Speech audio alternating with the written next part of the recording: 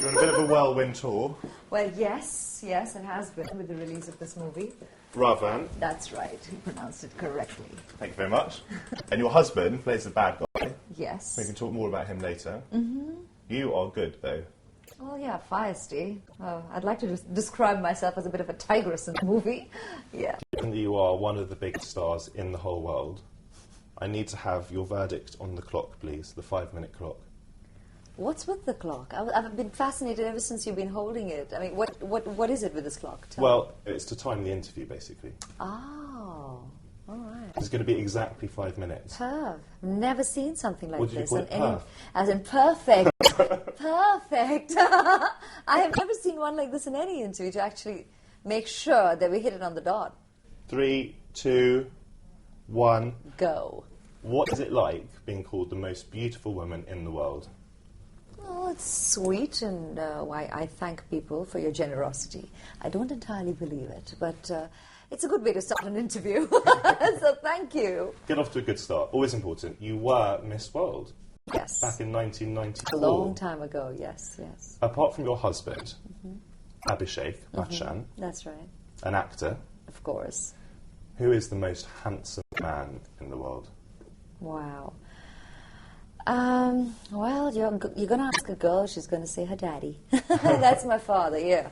He's been the man for me until my husband as well, so, yeah. Family is very important. Absolutely. In India. And when you come over to do interviews in the West, you get asked about it a lot. A lot, yeah. You live with your in-laws. Yes. Before marriage, I'd be asked if I lived with my parents, and people, for some reason, would be so intrigued and fascinated by this whole idea, which to us as Indians is normal. I mean, growing up, we live with our family. We are a very, very family-oriented culture.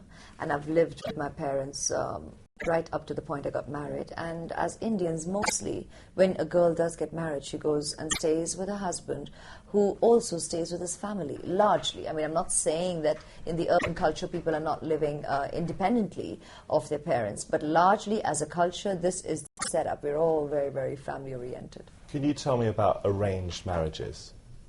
Well, I didn't have one eventually, and there is a lot of love marriages or people kind of getting married by their own choices in India today. But largely, if you look at the heart of India, and the population is huge, so largely, yes, it is. That is the more common practice as Indians or as a culture. Is there a feeling in India that India is a rising force on the world stage?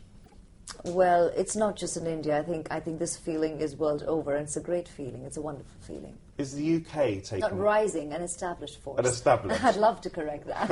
You correct away. Is the UK taken seriously in India or not? Oh yeah, obviously. I think we have an old connect, and that's going steady even today. I think, especially through multimedia and just I think Indians are everywhere. We have such a strong expat community, Indian Asian community here in the UK, in London, that I think it's only natural that the connect exists. Do you think there will always be severe poverty in India? Not just in India, but I think world over. And we strive as a human community to try and erase the term severe, if not erase poverty altogether. But that's a larger-than-life expectation to happen immediately, but the efforts are on that eventually at some point in time, whenever that be, sooner than later would be great, that poverty does cease to exist world over, not just in India. Let's get back to acting and to you. Would you ever swap Bollywood for Hollywood? No, I don't see the need for swapping whatsoever, because we're actors. I've always maintained that, we're gypsies, we go where our work takes us. Even in India, I've worked in Hindi movies largely, being Indian, but I've also worked in Tamil movies, I've done a Bengali movie. So when English movies came to be, it just meant broadening your horizons and your experiences as an actor, which could be in America, which is what makes it Hollywood, here in England, or any part of the world. So if it means, because I guess the borders are blurring, and your audience is a lot more international today, you can become easily a part of world cinema, but there's no need to move bag and baggage in this day and age. Can you tell me exactly how many languages you speak? I have encountered, well, English, of course, Hindi being my national language, Tulu being the region of India I come from Bangalore. These I speak fluently, but living in Mumbai, I know Marathi. I know a sprinkling of a lot of Indian languages, be it Gujarati, Tamil, Bengali, because I've done the movie.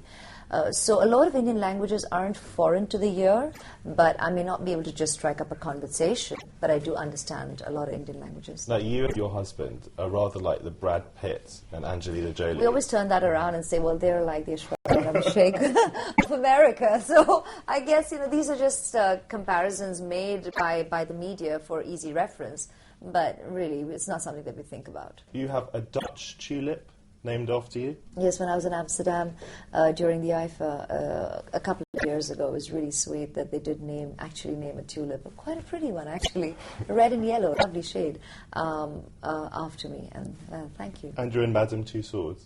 Yeah, that too, here. That and I think now in the States as well.